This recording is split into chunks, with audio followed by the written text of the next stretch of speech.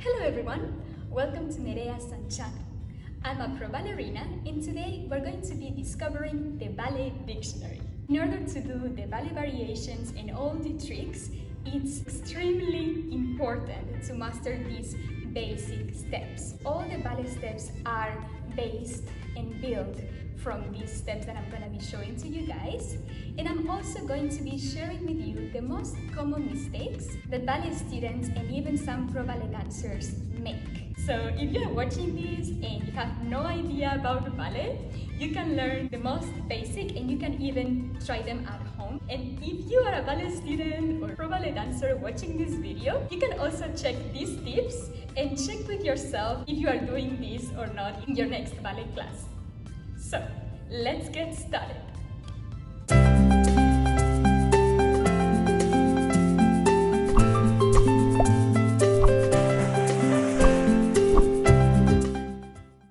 So before we start with the ballet steps, I want to give you guys a little bit of a background so you can understand the steps better. Ballet was created in France. Most of the ballet steps are in the French language. This video, I'm gonna translate them so you guys can fully understand what they mean. It actually will be way easier to do them properly once you understand the meaning. The ballet bar is like a dancer's breakfast.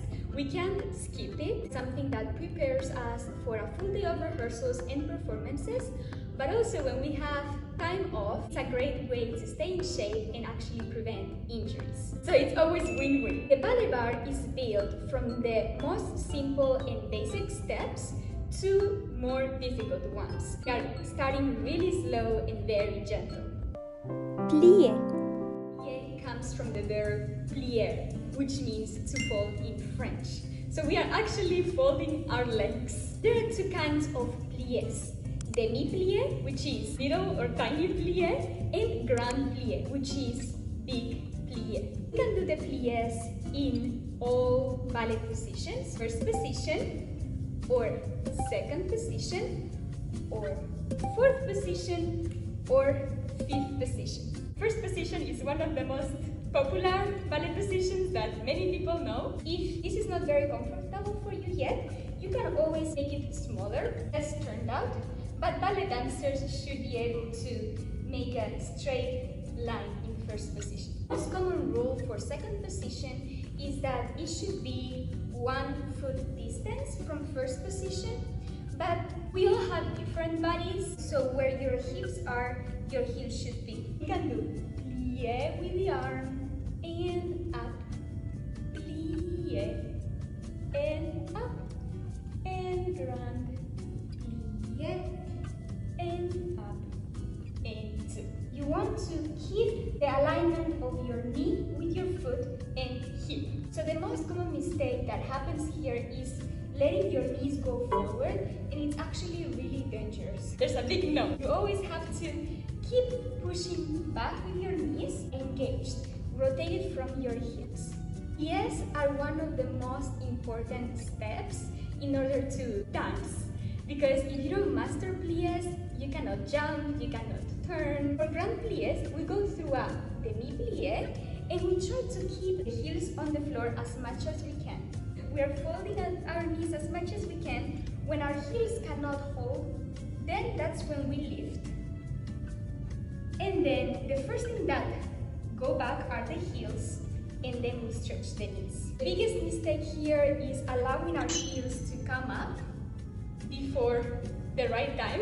You're not fully developing your muscles and you're not fully stretching your Achilles. That's when we do in the center, we jump with the heels up. So you really want to keep that heel first on the floor as long as possible. I feel like for each ballet step, I can be talking for like hours and hours. So I'm gonna try to make this very short. Maybe for future videos, I can explain with more detail. Battement tendu.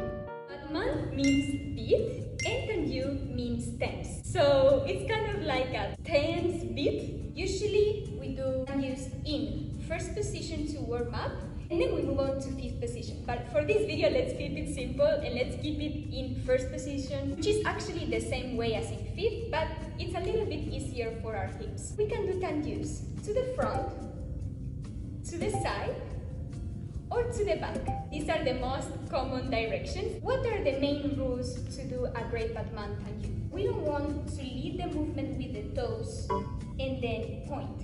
We want to start the movement actually with the inner thigh. We're doing slowly with the heel. You go through a demi-point and then you point the toes at the end. When you close, you reverse the movement. So you bring the toes back and you arrive to the initial first position. This is the most important thing to remember. When we tan you out, the movement starts from the heel and the inner thigh. And when we reverse the movement, it starts from the toes and back. In order to have a very nice position of the legs, I always recommend go through a nice high demi-point here, and then at the end, point the toes. And when you come back to first position, use that to make a high demi-point and then slowly bring it back to first position. High demi-point and then point our toes, and we want to come back through a high demi-point and back to first. At all times, our knees have to be stretched. We have to fully feel our legs lifting up, our core engaged, our shoulders down, and then keep that while we do the tan U. It's very important the beginning, how we start the movement, and this applies to all the steps at the ballet bar. If your preparation is not right, it's probably not gonna go well. So make sure that before you start an exercise, you are fully lifted up, your muscles are already working, so they are ready to go when the music starts. Yes. Padman Jete. Again, Padman means beat, and Jete means throw, thrown beat. We are applying the same rules from the Padmantan U to the Padman Jete, but we are only adding a little bit of height. We start the movement from a tan U, and then we lift it up to 25 degrees, and then we bring it back to the initial position. It can be first or fifth. The Padman Jetes have to be very sharp. Tan Us are also sharp, but Padman Jetes also have to have that quality. Sharp and close. Sharp and close. Same thing to the side, same thing to the side, and to the back. Again, make sure it doesn't come out. Something that ballet dancers and ballet students don't really pay attention to is actually our supporting side.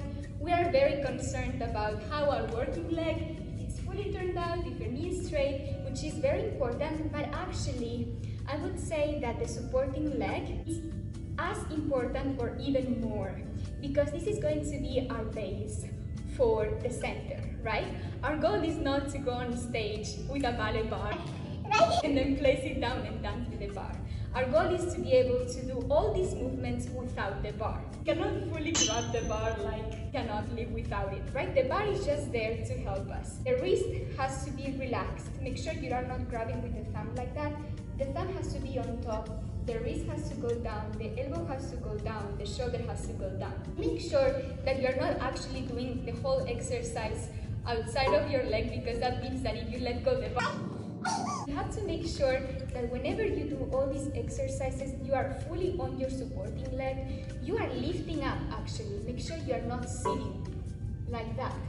Rond de jambe parallèle. Rond de jambe means round of the leg. Jambe in French means leg, and rond is round.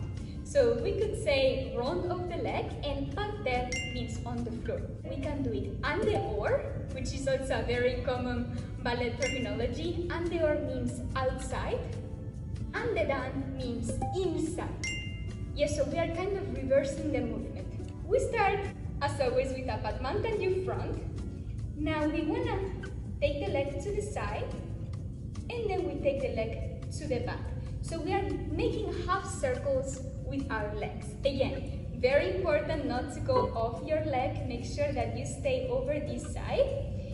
And the most common mistake, I would say, is not keeping the turnout. Many students, they go sideways and then they forget about it, and then the heel starts showing up.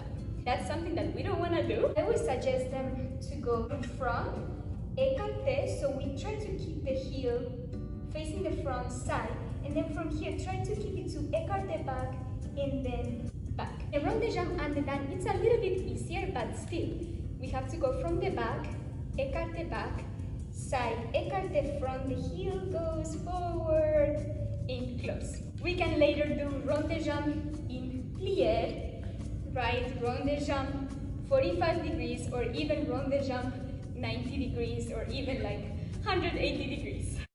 Battement fondue.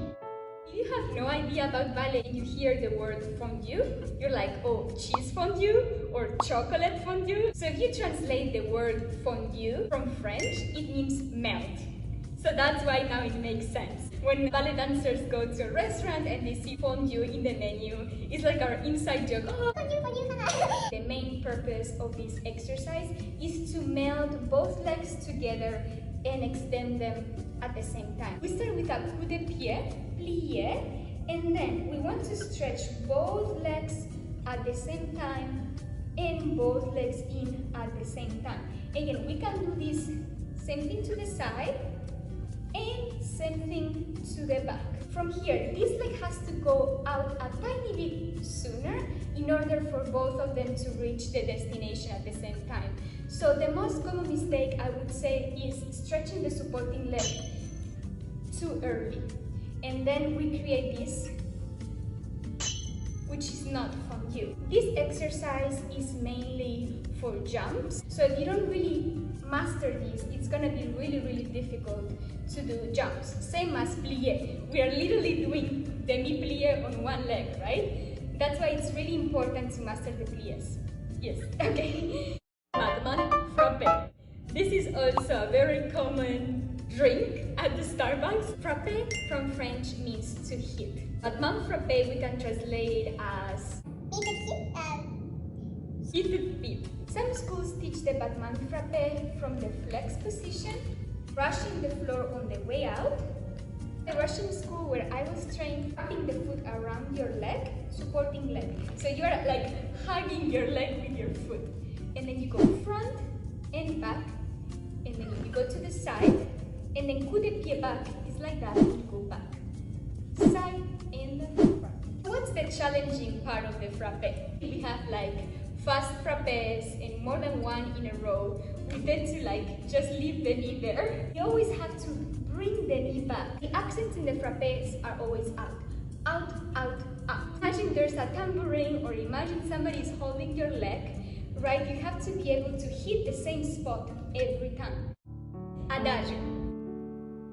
This word is actually from the Italian language, which means slowly. Our goal is to do slow movements with the legs all the way up, right? This is where we show our extensions and our flexibility. I need to stretch before showing this to you guys.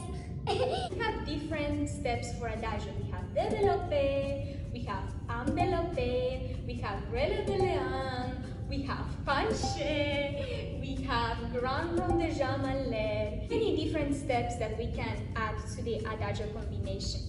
The most common, I would say, is développé. Going from passé through a very nice attitude and lifting up, stretching fully our knee with the toes pointed, yes, and then bringing the leg down. Same thing to the side. We go from a very nice passé, we lift the knee as high as we can, right? And then we extend the leg. Same thing goes to the back. We want to lift the knee up as high as we can. We go through a nice attitude and then we stretch the leg to the back. One of the biggest tips that I can give you guys for développé, when we do to the front and back, always go through a nice attitude. Because the biggest mistake we can make is from here, starting the movement with the knee, lifting the thigh up and stretch. This is the most common mistake. From a nice turned out passé to a nice turned out attitude, and from here lift heel up to the ceiling. One of the biggest mistakes for to the back is starting with the hip and then back.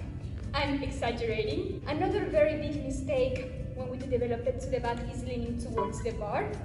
Right, this is very common among ballet students and dancers. When we go to the side, it's very important again to keep this side lifted. Make sure you don't round this side and you lift your knee as high as you can. You stretch the leg to 90 degrees.